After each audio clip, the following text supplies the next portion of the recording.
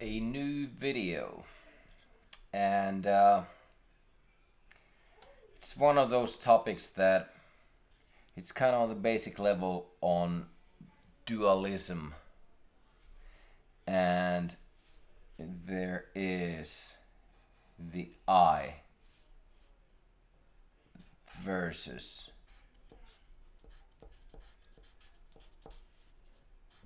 them, maybe they. So I versus they, them, whatever. Uh, but just that like sense of separation and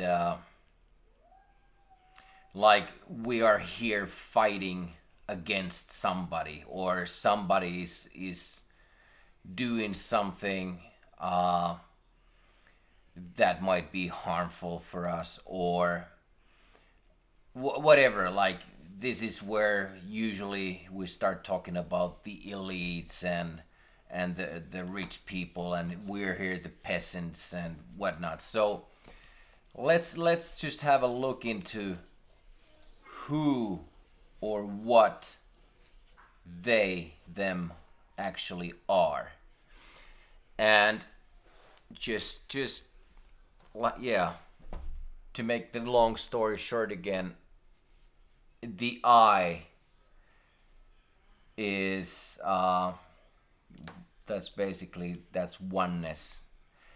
And so in oneness, how can there be they them?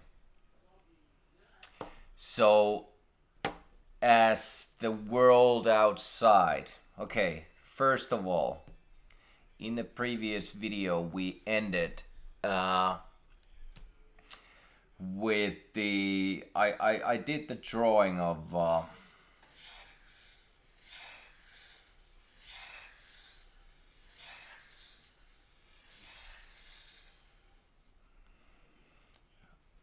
so I did the drawing in there, and what that was like the spiral, and I said that I would explain that more in depth once we get to the hard part of this series. But just to give you an idea what that spiral actually is and how we get to this today's topic as well, we need to understand that we are, I would be the micro, and they them are the macro. Okay, so as within, so without. And this is gonna be a hard sell to anybody seeing everything separated from their own experience. But this whole series is about just learning that or getting that understanding of we are all one, having this experience. Okay, so getting back to the micro macro. So if we see this spiral where everything is created through spiral. Once the energy once the consciousness vibrates high enough, it creates energy, and that energy has the magnet that starts to have the magnetic pull, and that starts to spiral. It creates it starts to create a whirl. So once you start seeing that you are creating the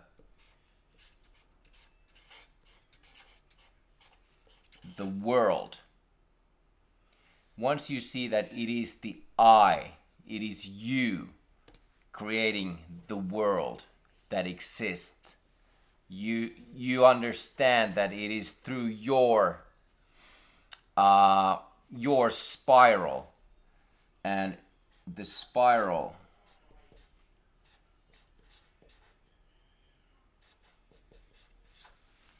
once it starts to spin, its world. So as within, so without. Your world experience creates the dualistic, or the sense of dualism. So let's start breaking down who are these they, them, uh, and learning how, like, how can there be, like I would feel like the most obvious question about you being the creator of them would be, why would I create them who who are trying to attack you in multiple different ways, trying to harm you, trying to do all these nasty things that we are experiencing in this life, in this world, in this experience. So like the first question would be, why would I ever create something that tries to harm me? Like there's no, like, what's the logic behind that? Okay, so um if we agree that we are all one, we come from the infinite source. In that infinite potential, there's been infinite amounts of experiences, and those experiences have created uh, like like I've said, they are just experiences. The good, the bad, it's the same experience. It's just the polar opposites of the same thing. So let's use like biblical terms. Like, in the beginning, once we are born here, there is a sin. Okay? So, and that sin would be, if we start to go back to previous lives and whatnot, there was a so-called original sin. And because that sin was never faced with, like it was kind of pushed down, like tried to like we've spoken in the previous ones, it wasn't integrated in the experience. So that kind of became its own entity. Like, if you think about uh, a drainage system, like you have your sink, and the water goes into the little drain hole there, and the sin would be like a blockage, the system would be clogged up because the original sin was not dissolved, it was not taken care of, and it was just pushed down. And now our experiences have been building up, like there has been, I don't know how you draw that, but let's say that, okay, here's like a pipe, whatever, this is the sink, and so somewhere here would be the sin, the blockage, it would be clogged up here. So because that was not taken care of originally once it happened. We're gonna get to that so-called original sin once we understand more about the whole idea. But just for the sake of demonstration, let's just use the word sin for the blockage.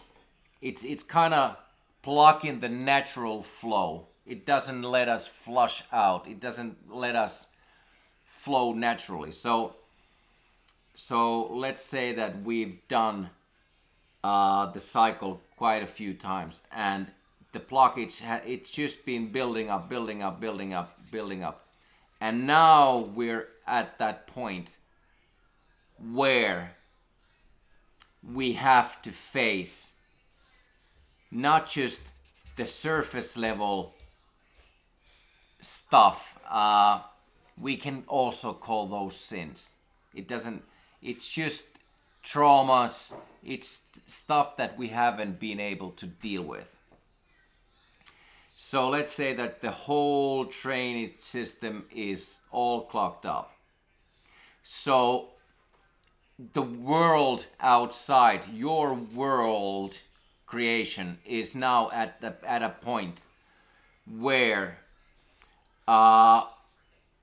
it is not, or let's say that let's use world now. So the world outside is now at a point where it's not like just trying to concentrate on the surface level stuff will not do much good anymore. Like the so-called sin, the blockage goes down so deep now that we are at that point, or the world is in that point now, where we have to go all the way down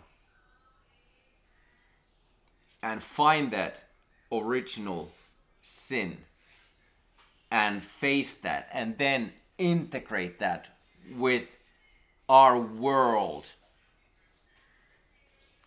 Integration was one of the videos that we did before, so if you're just seeing this, it might not make any sense, but there's a video on integration. So this is the sink. So the world outside might seem very chaotic, and because there is a collective consciousness, we're all part of the same consciousness, it's just different points of view. So even in the same world, people like let's keep talking about the outside world still, because that's the them, they. So on the outside we see people doing things that makes absolutely no sense to us, and it goes against kind of all the morals that we have, and like in our world, in this experience right now, it is hard for us to see anybody being capable of doing all the horrendous things that them are doing. Not just for you or me, but for the whole humanity, to the whole world. And it's just, okay, let's do micro macro. So there's gonna be so this would be Earth, and here is the same thing. It is the heart. Earth is the heart. There, yeah, we'll do that. But just like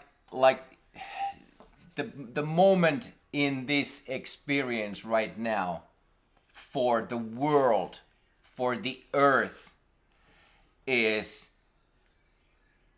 the time to go deep, deep, deep down, actually down within.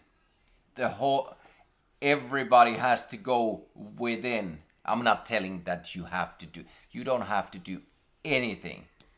You can do whatever, but I'm just kind of explaining this to myself as well. So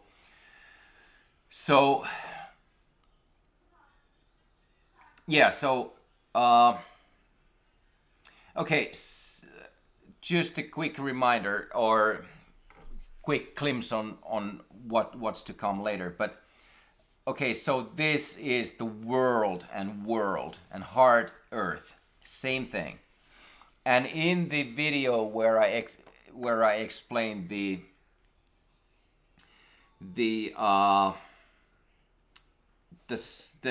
scale of the soul, it was a separate video called the scale of the soul. And in that I explained how from the infinite consciousness we project through our mind, body, spirit into this reality. Okay? And I used the colors, the 7 different colors to create that or to mimic the creation of this reality.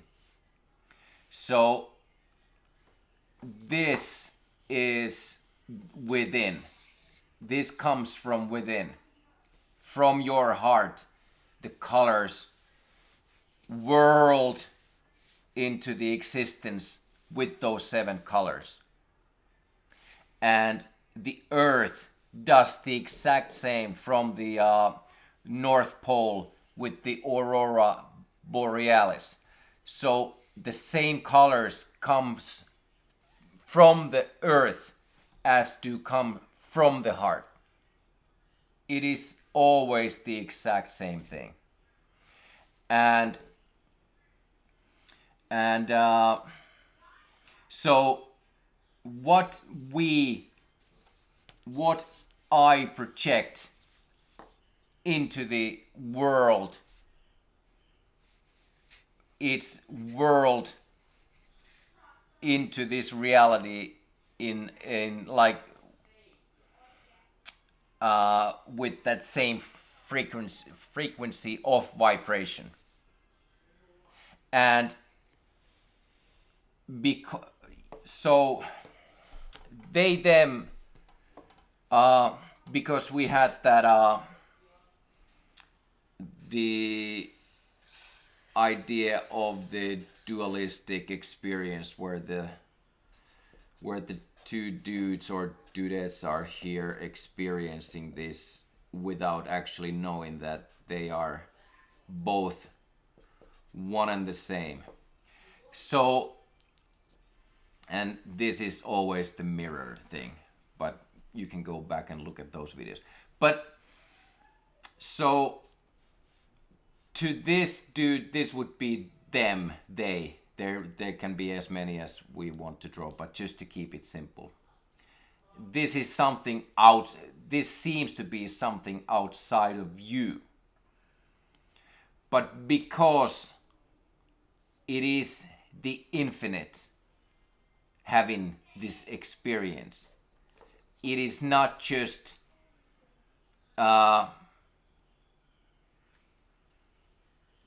it is and it isn't. But just to explain why they them are they them is because the sin, the blockage here has been building up, and it's kind of like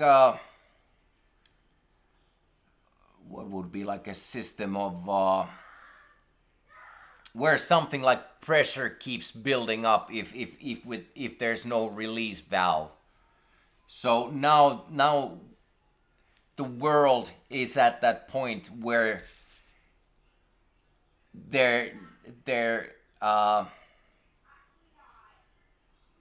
like it is kind of at that breaking point. Like I'm not selling the end of the world ideas. It's not nothing like that. There's nothing to be afraid in anything that I explain. And the more you understand, the easier it is to see that there never was anything to be afraid of. But okay, so they them is because there's the blockage that you haven't been able to integrate the so-called original sin. This has kind of become its own entity. It is still the same. It is just oneness. It can never be anything other than oneness. But because of fear and the not being able to integrate, they them have become their own entity, and they can feel very real. So so based on that, if you want to, we've spoken about the archons and the demiurge, which is kind of like the final boss of this experience. So for those who are interested in seeing what demiurge actually looks like I guess we've seen some artistic pictures in books and online and stuff like that, and they are just like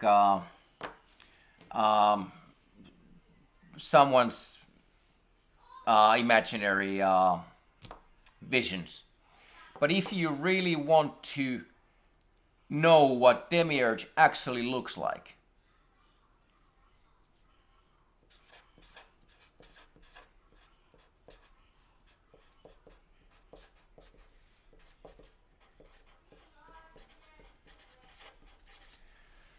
go have a look in the mirror. What you see in the mirror, it is the demiurge. There is that is as simple as it is. It's not a theory, it is what it is. So if you're not willing to, or if you are afraid to face or to see what they them are, what they are for, the demiurge, these like on like they them would be the archons, and the demiurge would be the final boss, because this is like this original sin is the demiurge, something that you were not able to integrate, and like you, the experience just started to pile up. And the same world, because we all have our own that's POV1, this is POV2. So there's two different points of view. Well, multiple and millions and billions and whatnot. But in this explanation, there's already two different points of view. So let's say that there's whatever, there's something in between these two dudettes. Let's say that there's a tree growing, and on this side it looks all bloomy and it's got all the nice things because the sun is shining from this side, and on this side the tree is dying. So this guy's point of view would be that the tree is just dying, it's in dire straits, it's in awful condition, and on this side it looks like everything is blooming. But they're both looking at the same object, same thing, same experience, but the point of view is different. So the same thing can look so very different. And now the dualistic, like we can start to argue, like no, it is dying. No, it's blooming. and there's that conflict because we cannot just uh, be comfortable of everybody having their own unrepeatable point of view. And it is about the same thing. It is the infinite consciousness having this experience through your eyes, through your world heart. So, okay, so micro, macro. So this would be the conscious versus subconscious.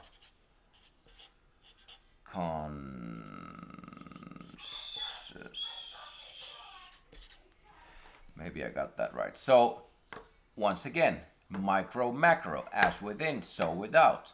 You're conscious about your experience, and on the outside, it is the subconscious. You're not seeing that it is the exactly the same thing. It is always this principle. It's just you cannot get away from it.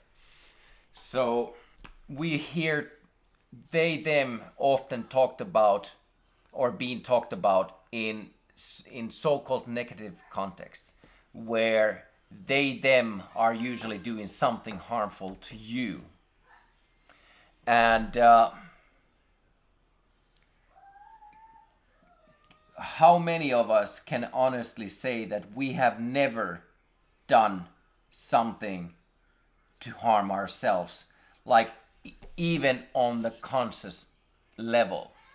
Like we drink things that might not be good for us, we eat, we smoke, we do things that are not ideal for maybe our own well-being. So if you are doing that consciously, that is happening subconsciously. So let's bring in our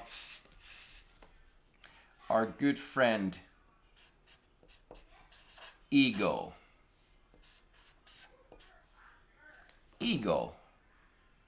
What ego is like one of the most demonized three letter words in the whole existence.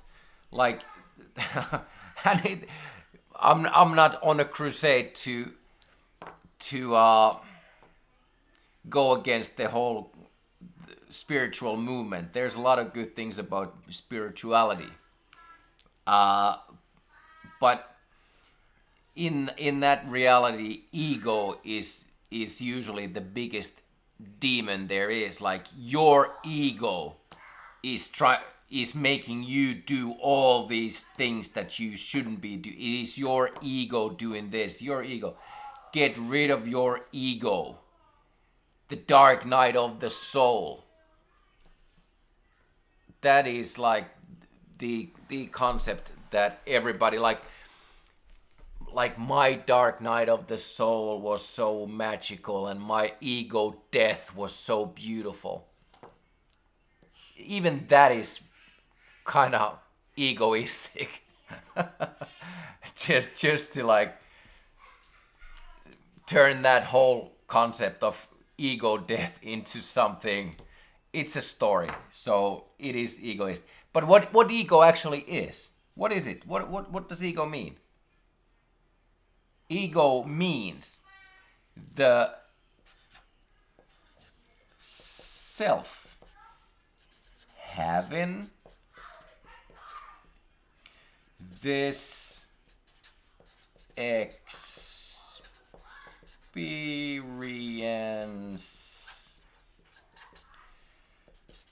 through your five senses.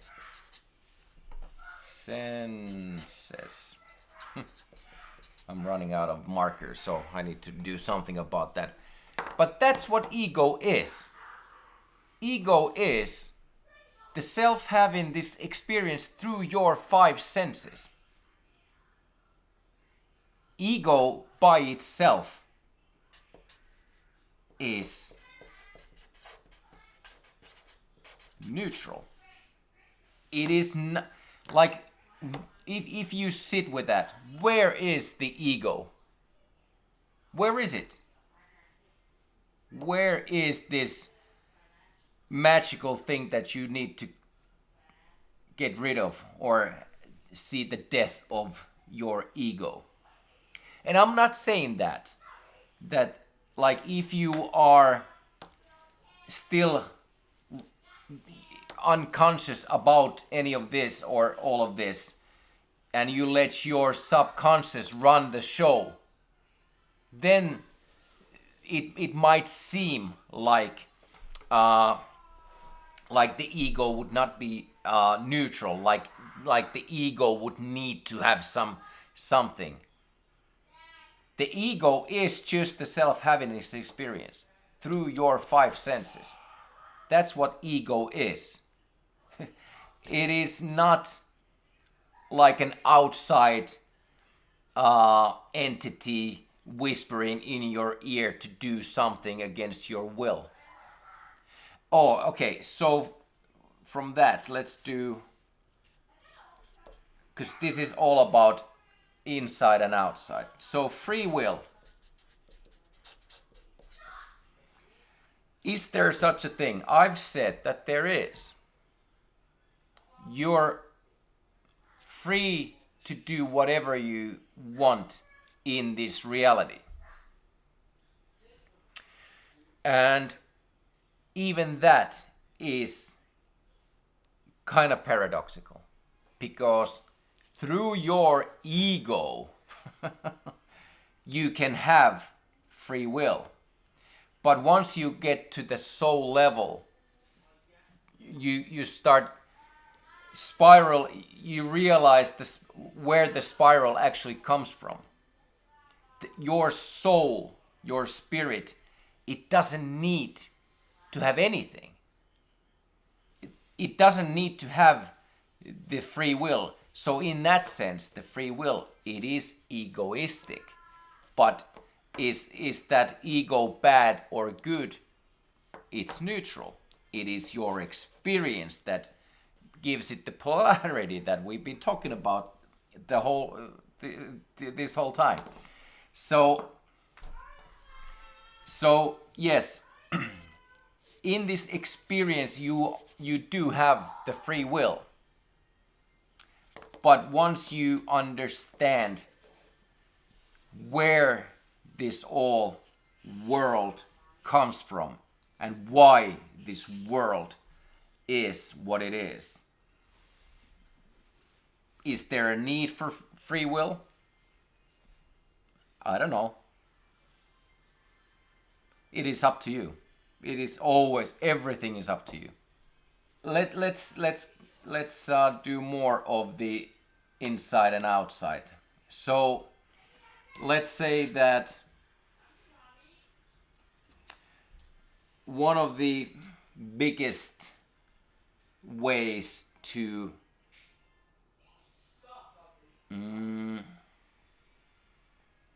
shape up the experience. Shape up. Well, let's see. I'll try to explain it. So let's do our favorite TV again. So this is the old 70s TV. So what that TV is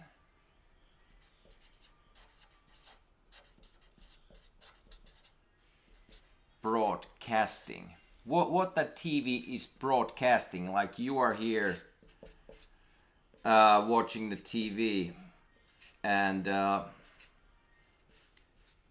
you are just mesmerized by the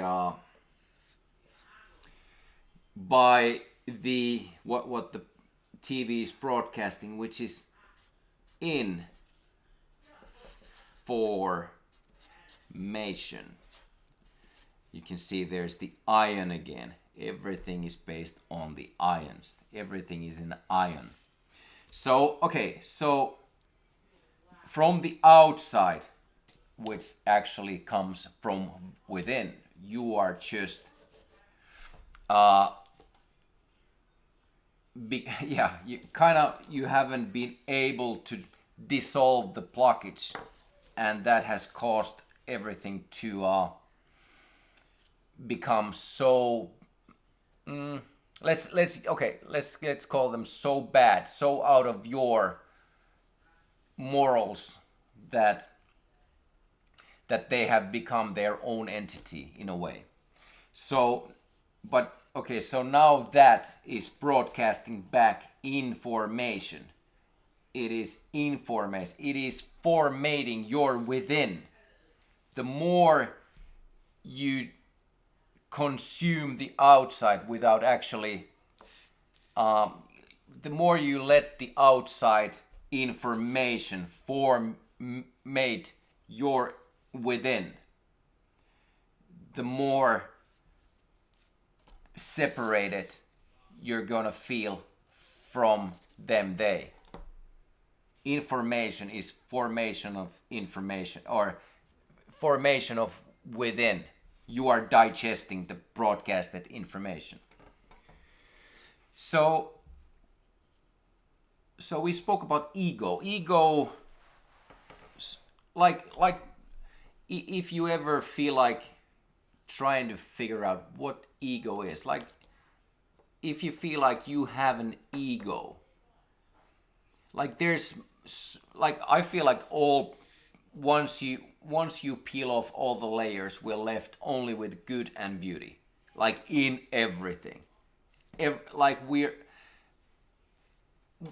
once the outer layers are peeled off, we go back to, or what remains is always good and beauty.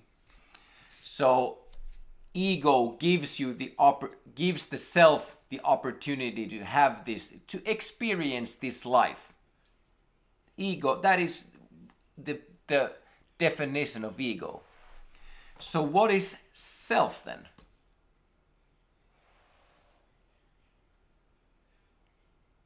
I'm here by myself doing this. What is self?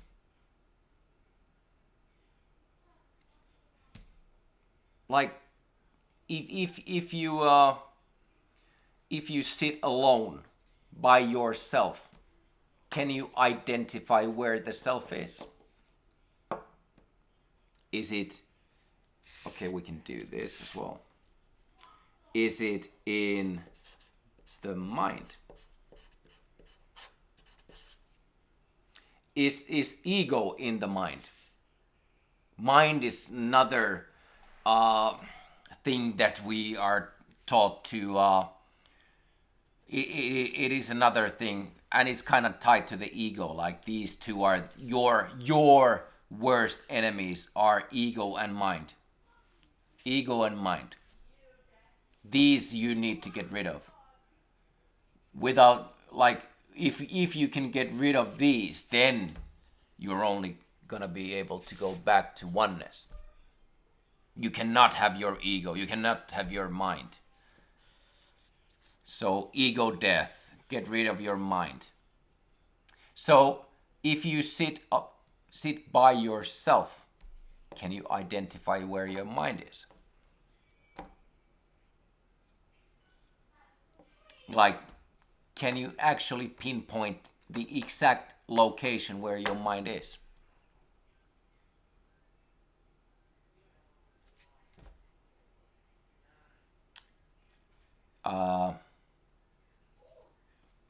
Try it. Try to see where your mind is. And if you can locate it, how can you get rid of it? Is there a switch? Is it free will to get rid of the mind and the ego? The mind, because there's so much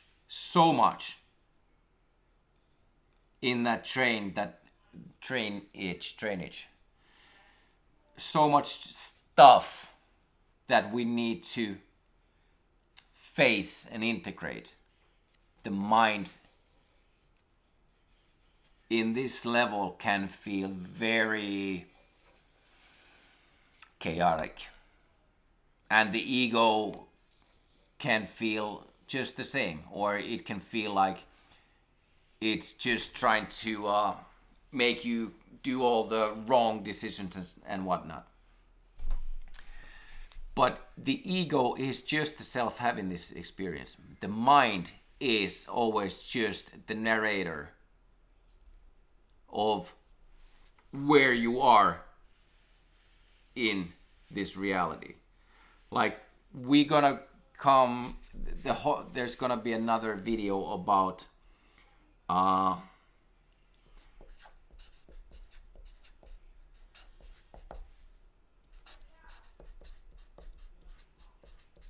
passive and active.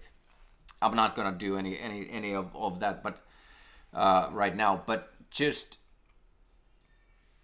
an idea that your mind can be very active, but it can also be very passive.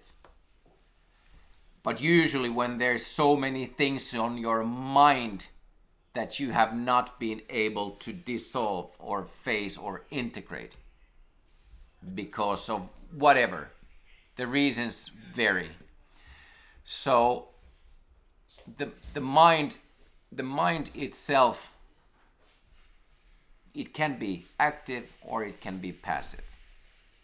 And the more active your mind is, the less the more active, so the more active your mind is, the more passive your spiritual side of things is. It's kind of like it's in the, your spirit doesn't need any more spirituality. It is always there as a completeness. But once your mind is more active, the spirit, it kind of just lets the mind do its thing. And it's always there. It's kind of like a beautiful parent. Like, the mind is the little kid, like, I need to do this, do that, all that, whatnot. And once the mind fails, or something so-called bad happens, the spirit is always there to embrace the little kid. Okay? So ego, mind, self, are those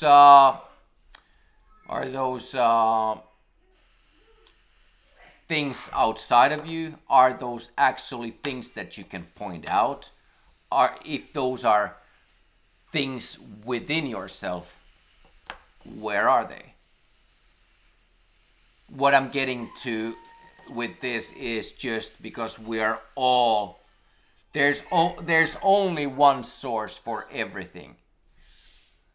So you hear, and I'm not downplaying anybody's experiences, but like you hear people saying that when they've had OBEs or NDEs, and they've seen their soul leave the body.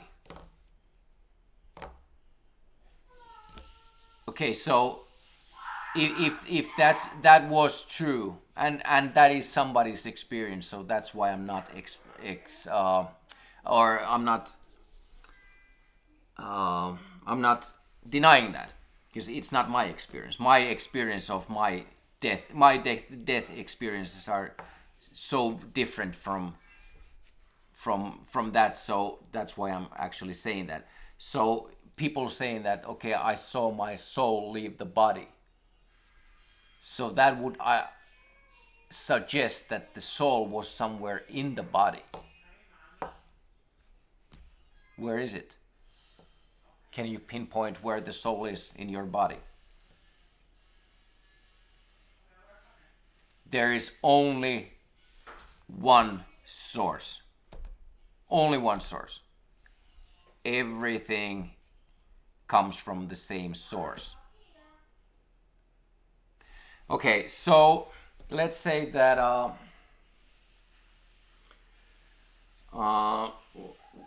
from soul, let's go to the so-called. This is just so-called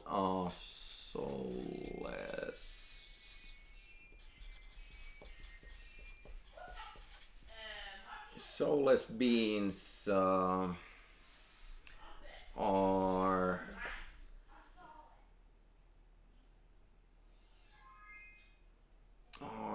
the, let's call it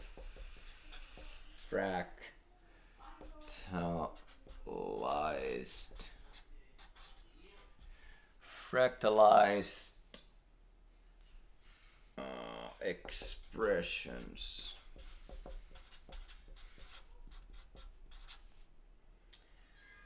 Or soulless beings are the fractalized expressions of our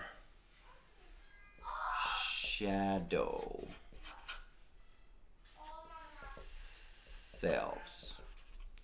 So everything that we would call the soulless beings, the soulless beings are the fractalized expressions of our shadow selves.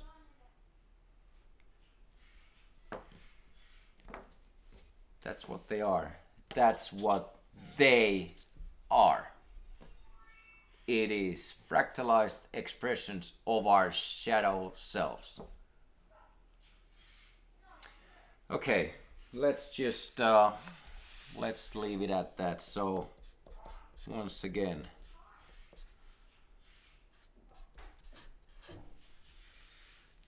thank you so much for watching.